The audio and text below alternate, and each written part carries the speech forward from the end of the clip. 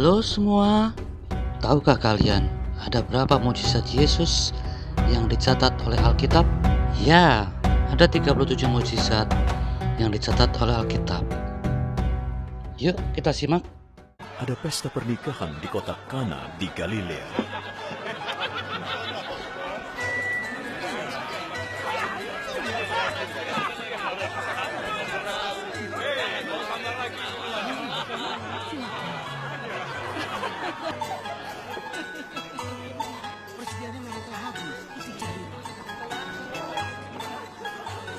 Ketika anggur sudah habis, Ibu Yesus berkata kepadanya, "Mereka kehabisan anggur." Ibu, jangan menyuruhku melakukannya, karena belum waktunya.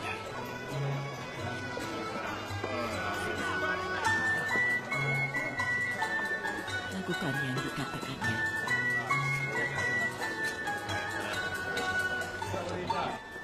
Untuk keperluan pembasuhan menurut adat Yahudi, di situ ada 6 tempayan yang sudah disediakan. Masing-masing tempayan bisa memuat kira-kira 100 liter air. Isi semuanya dengan air.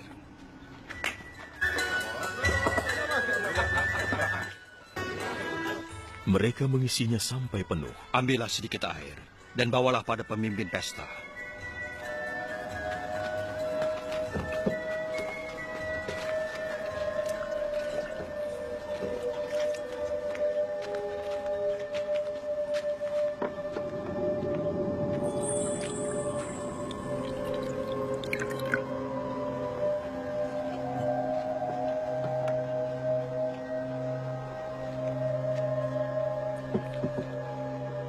Mereka membawakannya air itu, yang sudah berubah menjadi anggur, dan ia mencicipinya. Dia tidak tahu dari mana asal anggur itu, tapi tentunya para pelayan yang membawa air itu mengetahuinya. Maka ia mendekati mempelai pria. Biasanya orang menghidangkan anggur terbaik dulu. Jika para tamu sudah puas minum, baru dihidangkan anggur biasa. Tapi kau menyimpan anggur terbaik sampai sekarang.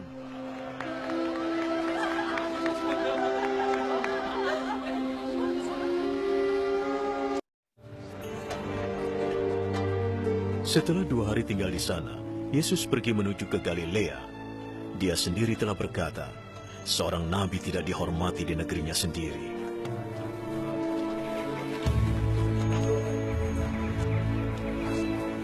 Ketika dia tiba di Galilea, orang-orang di sana menyambutnya, sebab mereka berada di Yerusalem pada hari raya Paskah, dan melihat semua yang dia lakukan selama hari raya, air menjadi anggur.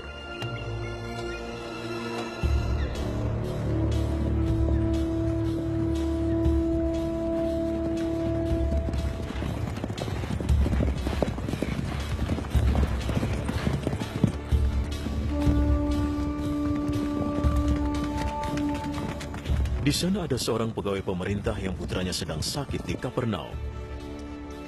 Ketika ia mendengar bahwa Yesus datang dari Yudea ke Galilea, ia menemuinya dan memintanya datang ke Kapernaum untuk menyembuhkan putranya yang hampir meninggal. Kalian tidak akan percaya kalau belum melihat keajaiban. Tuan, cepatlah datang.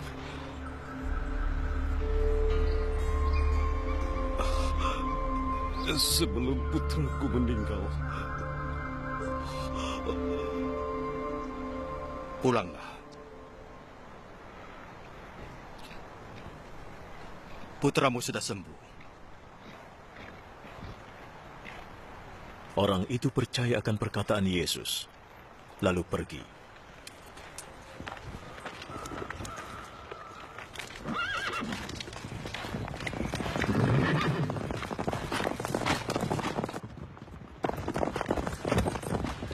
Di tengah jalan, para pelayannya menyampaikan kabar.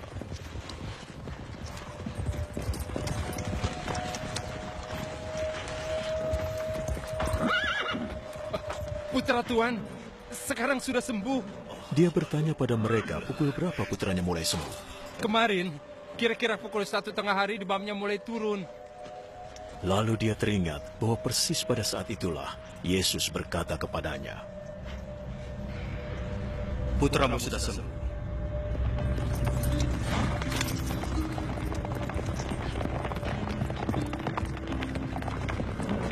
Maka ia dan seluruh keluarganya percaya. Itulah keajaiban kedua yang dibuat Yesus setelah ia datang dari Yudea ke Galilea.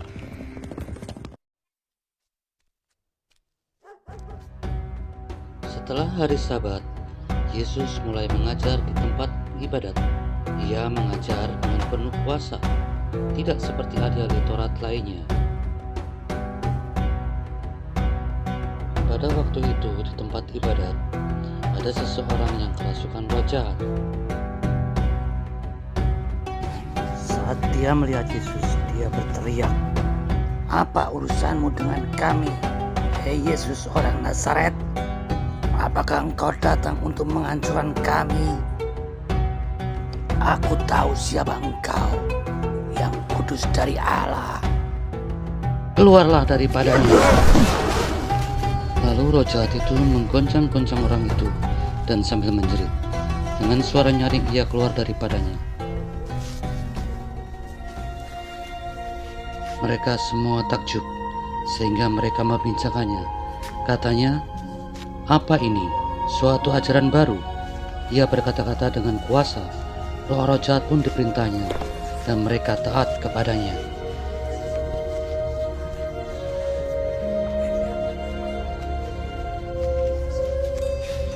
Lalu tersebarlah dengan cepat kabar tentang dia ke segala penjuru di seluruh Galilea. Inilah mujizat ketiga dari Yesus Kristus.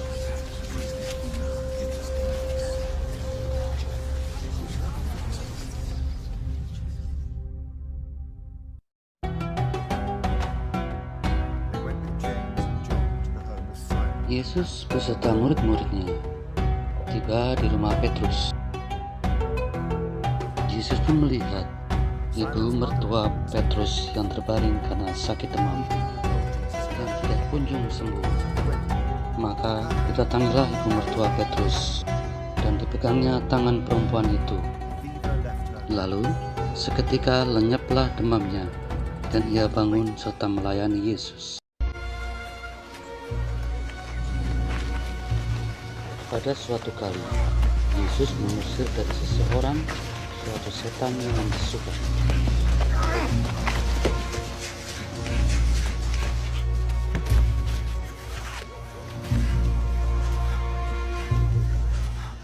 Come out of him. Ketika setan itu keluar, orang bisu itu dapat berkata-kata. Maka heranlah orang banyak.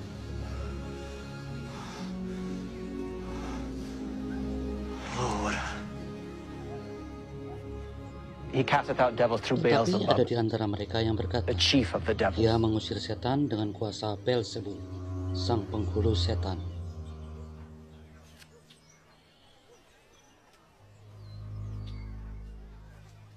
Every kingdom divided against itself is brought to desolation, and a house divided against a house falleth. If Satan also be divided against himself, how shall his kingdom stand? Because ye say that I cast out devils through Beelzebub. And if I by Beelzebub cast out devils, by whom do your sons cast them out? Therefore shall they be your judges. But if I, with the finger of God, cast out devils, no doubt, the kingdom of God is come upon you. When a strong man, armed, keepeth his palace, his goods are in peace. But when a stronger than he shall come upon him and overcome him, he taketh from him all his armor wherein he trusted, and divideth his spoils. He that is not with me is against me, and he that gathereth not with me scattereth. Dengan perkataan itulah Yesus menjawab kepada orang-orang yang tidak percaya tersebut.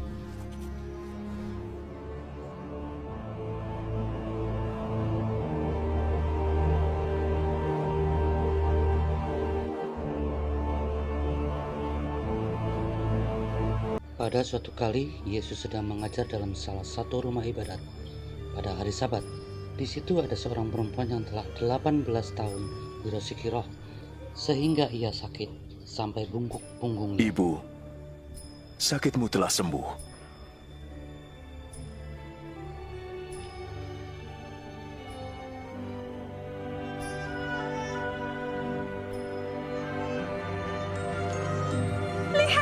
Lihat, dia sembuh. Ini suatu mukjizat. Lihatlah, dia sembuh. Mari lihat. Syukur pada Allah. 18 tahun. Allah menyertaimu, Guru. Ada 6 hari untuk bekerja. Datanglah pada salah satu hari itu untuk disembuhkan. Dan jangan pada hari Sabat. Hai orang munafik, kamu melepaskan ternakmu dari kandang pada hari Sabat dan membawanya ke tempat minum. Sekarang di sini ada seorang keturunan Ibrahim yang 18 tahun diikat oleh iblis. Tidak bolehkah ia dilepaskan pada hari Sabat?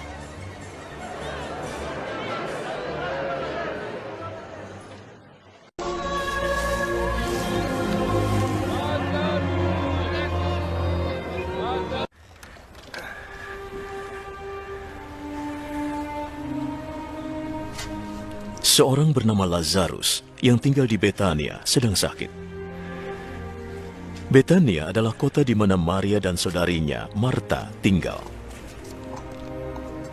Maria ini adalah wanita yang menuangkan minyak wangi ke kaki Tuhan dan mengusapnya dengan rambutnya. Yang sakit adalah Lazarus, saudaranya. Kedua saudarinya mengabarkan kepada Yesus, "Tuhan, teman yang engkau kasihi sakit." Ketika Yesus mendengarnya, ia berkata, penyakit yang sedang diderita Lazarus itu tidak akan menyebabkan kematiannya. Ini terjadi supaya nama Allah dimuliakan, dan supaya karena hal itu, anak Allah juga akan diagungkan. Yesus mengasihi Marta, Maria, dan Lazarus. Tetapi ketika ia mendengar berita bahwa Lazarus sakit, ia tetap tinggal di sana selama 2 hari lagi. Lalu ia berkata kepada murid-muridnya, "Mari kita pergi ke Yudea." Guru, baru saja orang-orang di sana ingin melemparimu dengan batu. Kenapa kau ingin kembali ke sana? Bukankah siang hari lamanya 12 jam? Orang yang berjalan di siang hari tidak tersandung, sebab ia melihat terang dunia ini. Tapi yang berjalan di malam hari tersandung, sebab tidak ada terang. Sahabat kita Lazarus sudah tidur, tapi aku akan membangunkannya.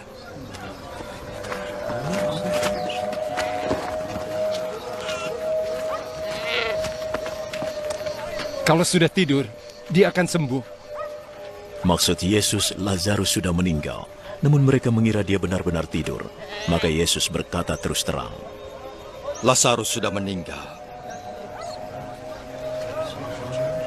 Tapi demi kalian, aku sengaja tidak bersamanya, supaya kalian percaya. Mari temui dia. Thomas, yang disebut si kembar, berkata pada teman-temannya, Mari kita pergi bersama Guru, supaya kita mati bersama dia. Ketika Yesus tiba, ia mendapati bahwa Lazarus sudah 4 hari lamanya dikubur. Betania kira-kira 3 kilometer dari Yerusalem, dan banyak orang Yudea mengunjungi Marta dan Maria untuk menghibur mereka atas kematian Lazarus. Ketika Marta mendengar bahwa Yesus datang, dia pergi untuk menemuinya, tetapi Maria tetap di rumah. Jika waktu itu engkau di sini, Tuhan, pasti saudaraku tidak akan meninggal. Tapi aku tahu bahwa sekarang pun Allah akan memberi apa saja yang kau minta. Saudaramu akan hidup kembali. Aku tahu saudaraku akan dibangkitkan pada hari kiamat. Akulah kebangkitan dan hidup. Yang percaya kepadaku akan hidup, walaupun sudah mati. Semua yang hidup dan percaya padaku tidak akan mati. Apa kau percaya?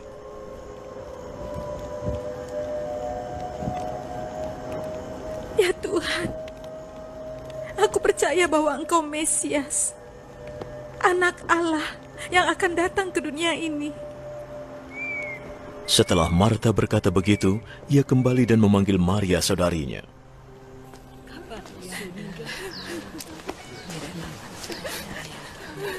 Guru ada di sini.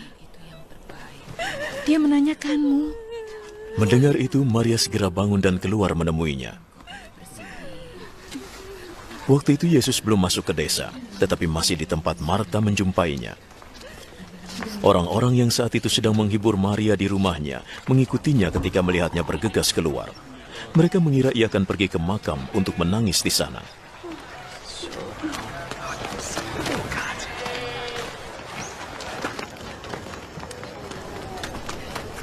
Maria tiba di tempat Yesus berada, dan segera setelah melihatnya, ia berlutut di kakinya.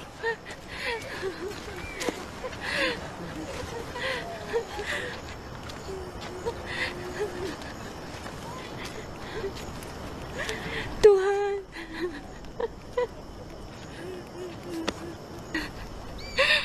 jika waktu itu Engkau di sini, saudaraku tidak akan meninggal.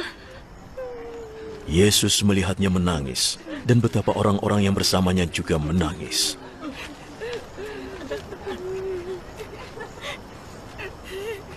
Hatinya tersentuh, dan ia sangat terharu.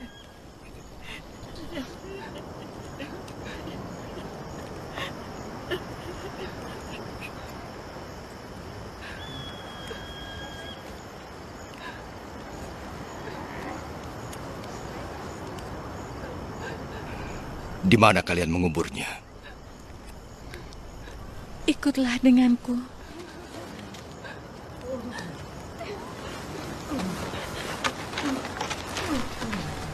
Yesus menangis.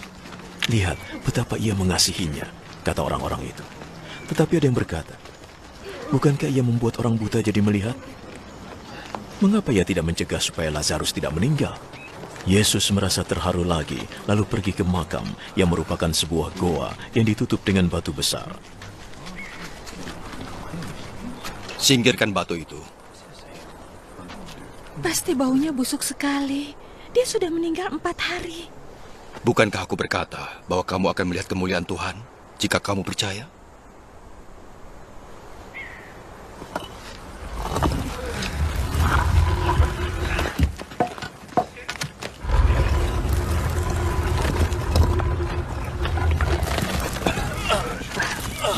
Mereka menyingkirkan batu itu.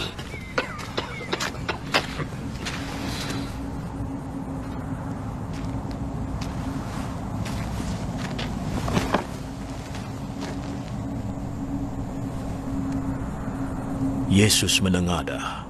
Terima kasih Bapa mau mendengarkan aku. Aku tahu Engkau selalu mendengarkan aku. Tapi aku mengatakannya demi orang-orang ini, supaya mereka percaya bahwa Engkau mengutusku.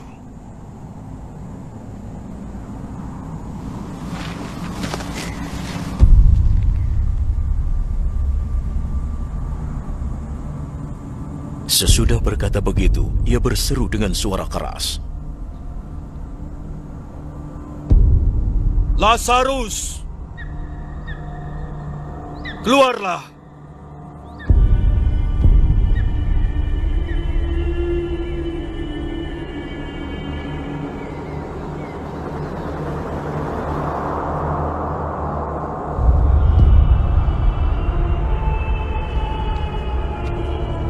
Ia keluar. Tangan dan kakinya masih terbungkus kain kafan. Dan wajahnya masih tertutup kain.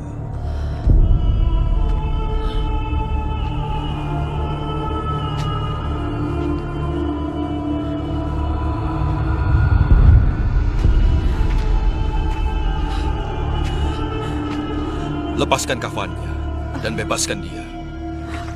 Banyak orang yang datang mengunjungi Maria melihat perbuatan Yesus, dan mereka percaya padanya. Dan mereka pun berlayar ke Gerasa di seberang danau Galilea.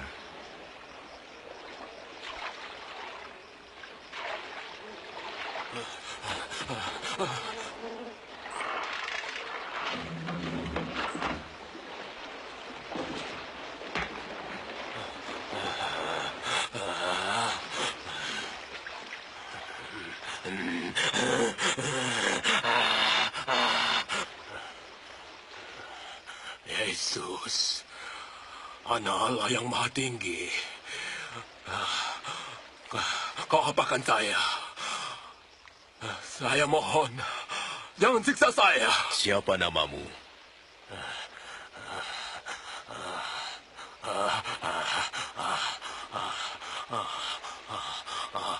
Legion. Tuhan, kami mohon, jangan usir kami ke jurang maut. Biarkan kami masuk ke dalam babi-babi itu.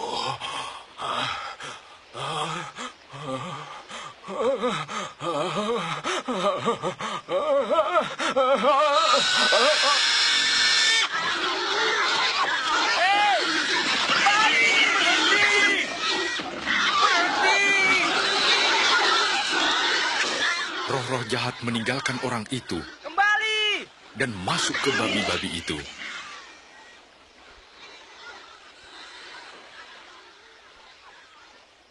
Pergi dari sini! Kau tukang sihir! Tinggalkan kami! Pergi dari tempat ini! Tinggalkan kami! Pergi dari sini! Saya mau mengikuti engkau. Izinkan aku bersamamu. Pulanglah dan ceritakan semua ini.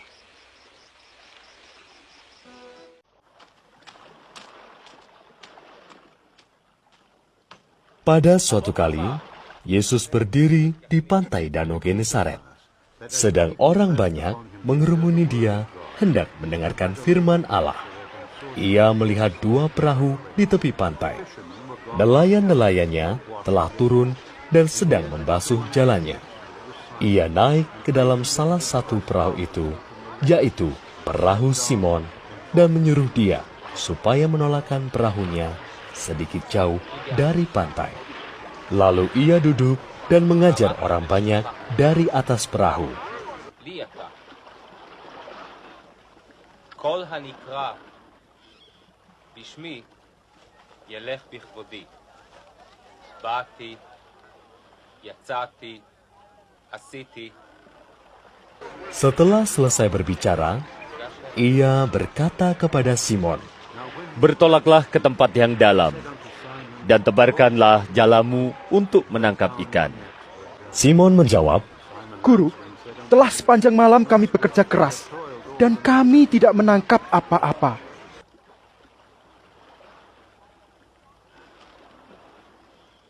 Tetapi karena engkau menyuruhnya, aku akan menebarkan jala juga."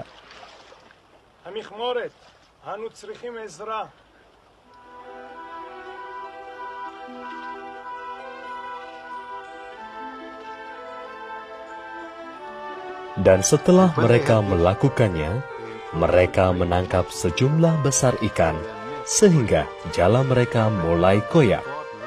Lalu mereka memberi isyarat kepada teman-temannya di perahu yang lain, supaya mereka datang membantunya. Dan mereka itu datang. Lalu mereka bersama-sama mengisi kedua perahu itu dengan ikan hingga hampir tenggelam.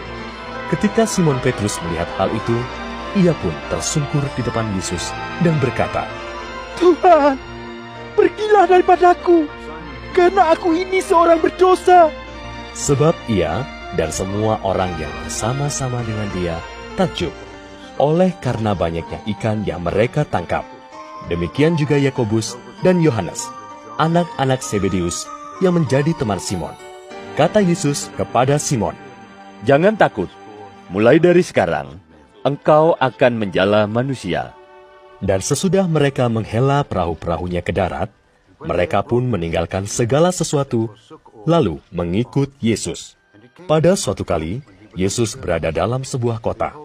Di situ ada seorang yang penuh kusta. Ketika ia melihat Yesus, tersungkurlah ia dan memohon, "Tuhan, jika Tuhan mau, Tuhan dapat mentahirkan aku." Lalu Yesus mengulurkan tangannya, menjamah orang itu, dan berkata, "Aku mau, jadilah engkau tahir." Seketika itu juga, lenyaplah penyakit kustanya. Yesus melarang orang itu memberitahukannya kepada siapapun juga dan berkata, "Pergilah, perlihatkanlah dirimu kepada imam, dan persembahkanlah untuk pentahiranmu persembahan seperti yang diperintahkan Musa, sebagai bukti bagi mereka." Tetapi kabar tentang Yesus makin jauh tersiar, dan datanglah orang banyak berbondong-bondong kepadanya untuk mendengar dia dan untuk disembuhkan dari penyakit mereka. Akan tetapi, ia mengundurkan diri ke tempat-tempat yang sunyi dan berdoa. Pada suatu hari, ketika Yesus mengajar, ada beberapa orang Farisi dan ahli Taurat duduk mendengarkannya. Mereka datang dari semua desa di Galilea dan Yudea dan dari Yerusalem. Kuasa Tuhan menyertai dia, sehingga ia dapat menyembuhkan orang sakit. Lalu datanglah beberapa orang mengusung seorang lumpuh di atas tempat tidur. Mereka berusaha membawa dia masuk dan meletakkannya di hadapan Yesus. Karena mereka tidak dapat membawanya masuk, berhubung dengan banyaknya orang di situ, naiklah mereka ke atap rumah, lalu membongkar atap itu, dan menurunkan orang itu dengan tempat tidurnya ke tengah-tengah orang banyak, tepat di depan Yesus.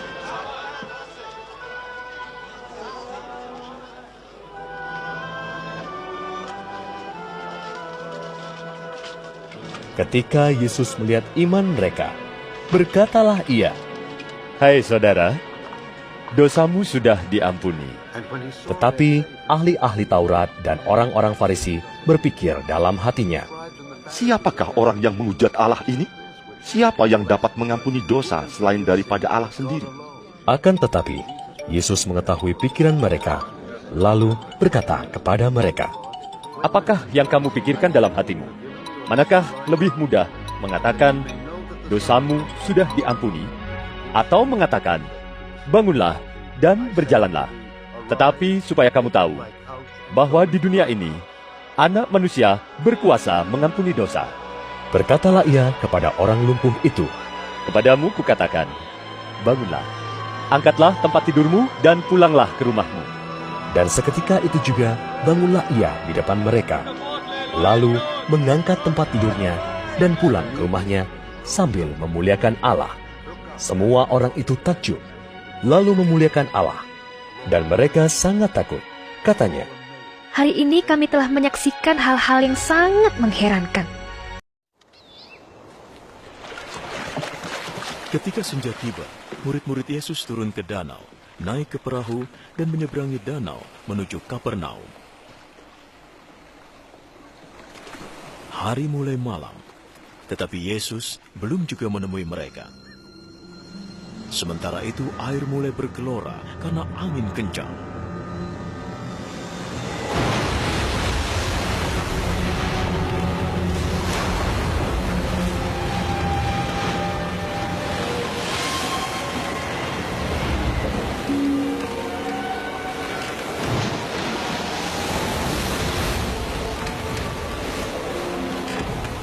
Para murid sudah berlayar sekitar 5 atau 6 kilometer ketika mereka melihat Yesus berjalan di atas air.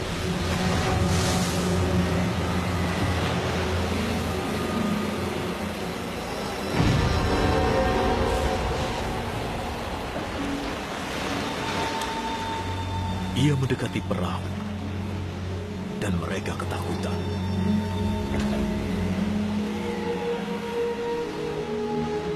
Jangan takut. Ini aku.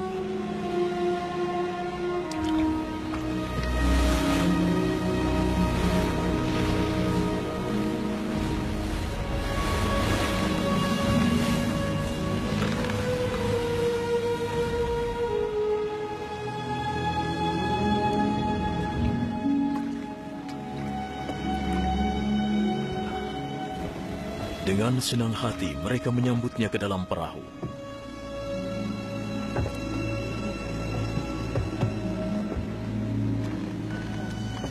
Dan saat itu juga perahu itu sampai di tempat yang mereka tuju. Keesokan harinya, orang banyak yang masih ada di seberang danau menyadari bahwa tadinya hanya ada satu perahu di sana. Mereka tahu bahwa murid-murid Yesus sudah berangkat dengan perahu itu, sedangkan Yesus tidak ikut. Beberapa perahu yang datang dari Tiberias berlabuh di dekat tempat orang-orang itu makan roti sesudah Tuhan mengucap syukur. Ketika mereka melihat bahwa Yesus dan murid-muridnya tidak ada di situ, mereka naik perahu itu dan pergi ke Kapernaum untuk mencarinya.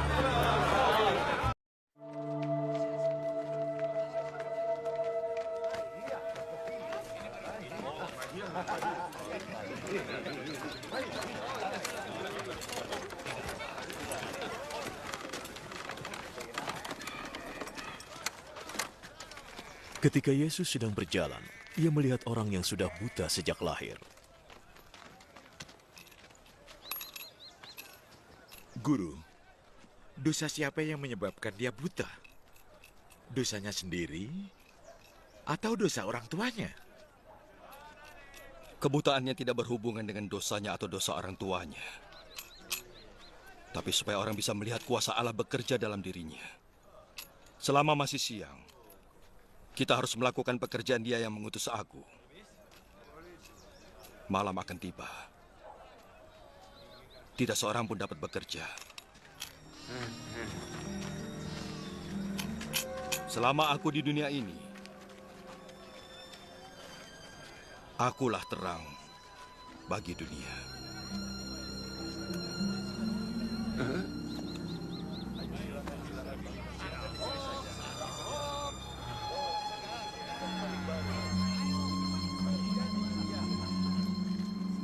Apa yang dilakukannya? Setelah mengatakannya, Yesus meludah ke tangan dan mengaduk ludahnya dengan tanah. Ia mengoleskannya pada mata orang itu.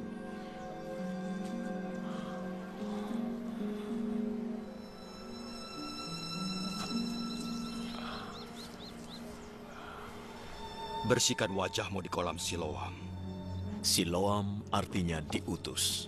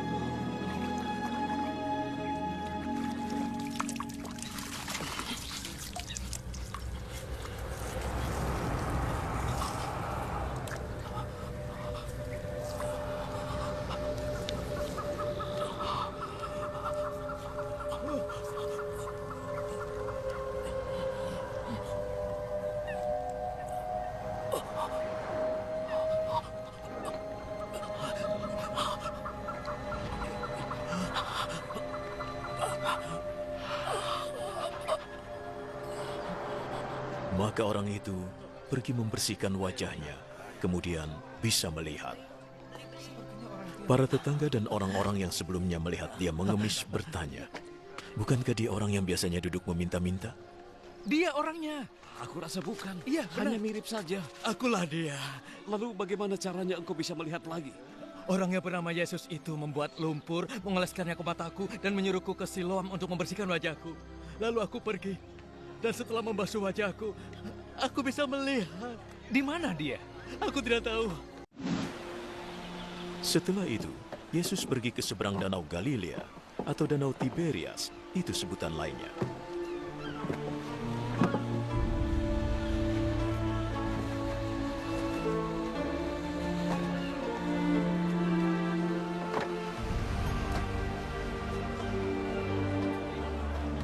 Banyak orang mengikutinya sebab mereka sudah melihat keajaibannya menyembuhkan orang sakit.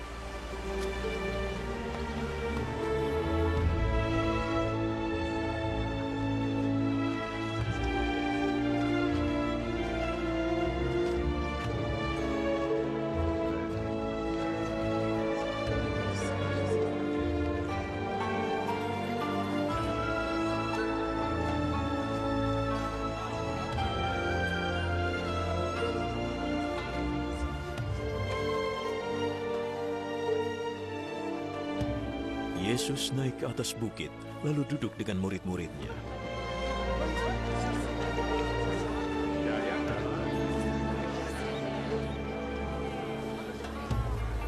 Hari Raya Paskah orang Yahudi sudah dekat. Yesus memandang ke sekelilingnya dan melihat banyak orang mendatanginya.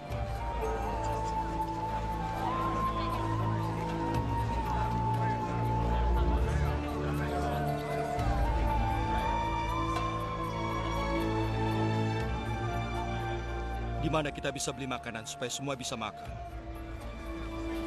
Ia mengatakannya untuk menguji Filipus.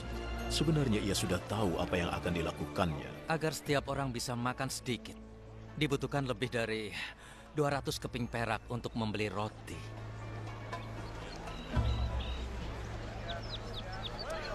Murid Yesus yang lain, Andreas, saudara Simon Petrus, berkata, "Di sini ada seorang anak laki-laki yang mempunyai 5 roti dan 2 ikan. Tapi tentunya tidak cukup untuk orang sebanyak ini." Suruh orang-orang itu duduk. Di tempat itu ada banyak rumput. Jadi orang-orang itu duduk di rumput. Kira-kira ada 5.000 orang.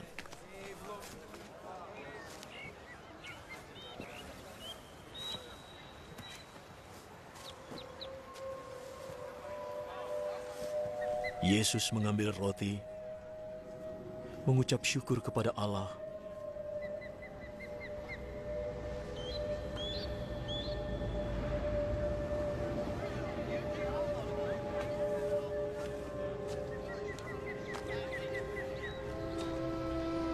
lalu membagikannya kepada mereka yang duduk di situ.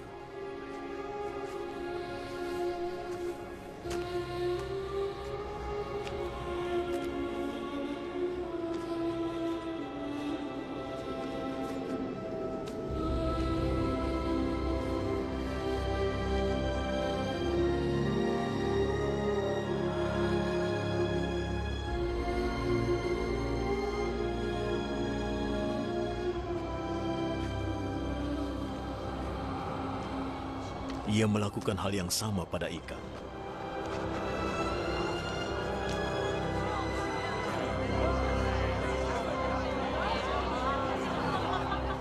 Lalu mereka semua makan dengan sepuas-puasnya.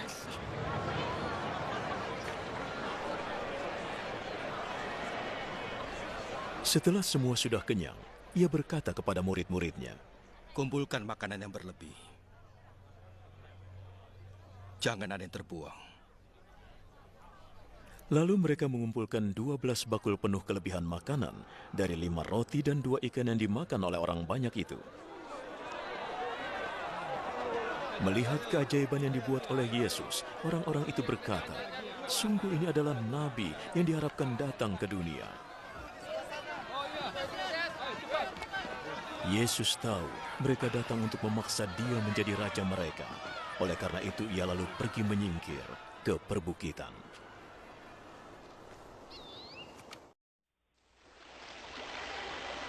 Pada suatu hari, Yesus bersama murid-muridnya naik perahu dan berkata kepada mereka, "Mari kita pergi ke seberang danau."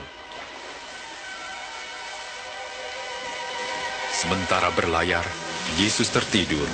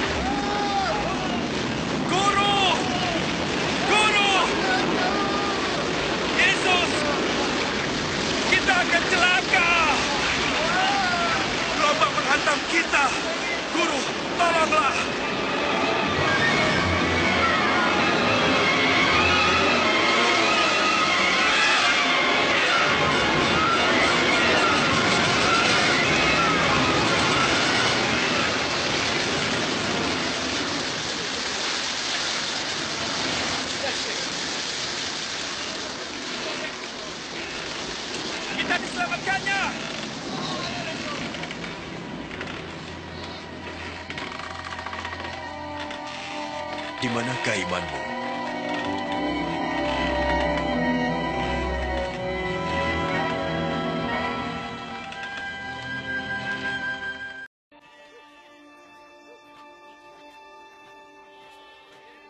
Saat Yesus sedang berjalan, ada seorang perempuan yang sudah 12 tahun lamanya menderita pendarahan.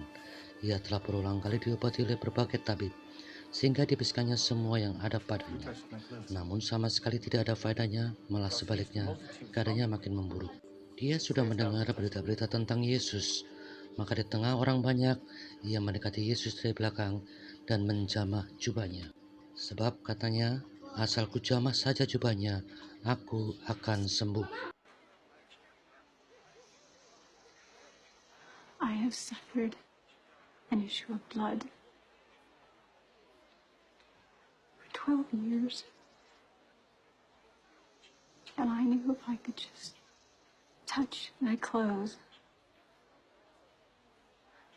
that I would be whole. Daughter, thy faith hath made thee whole.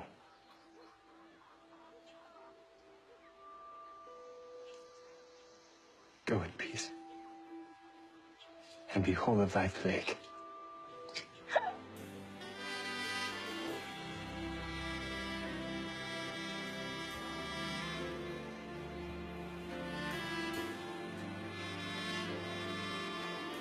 Ia datang. Lihatlah. Yesus, Yesus, tolonglah. Saya mohon, selamatkan anak saya. Kasihanilah. Ia sakit parah dan hampir mati. Tolonglah saya. Yairus, maaf. Yesus, anakmu sudah mati. Jangan lagi mengganggu guru. Jangan takut. Percaya saja, ia akan sembuh.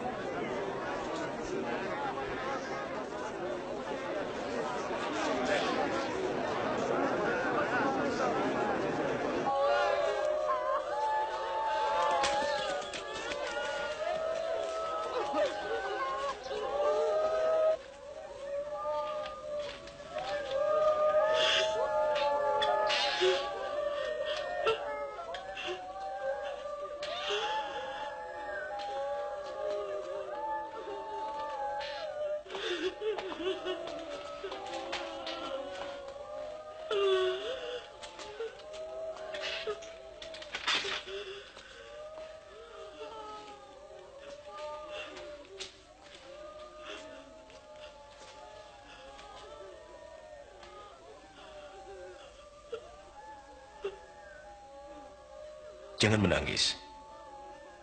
Dia tidak mati, hanya tidur.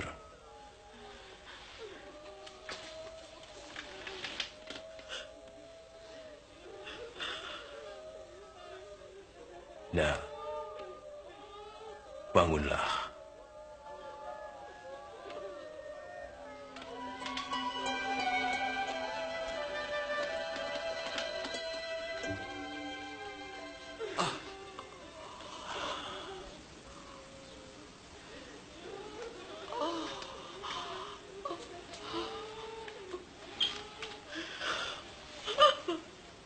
Beri ia makan. Aku minta, jangan ceritakan pada orang lain.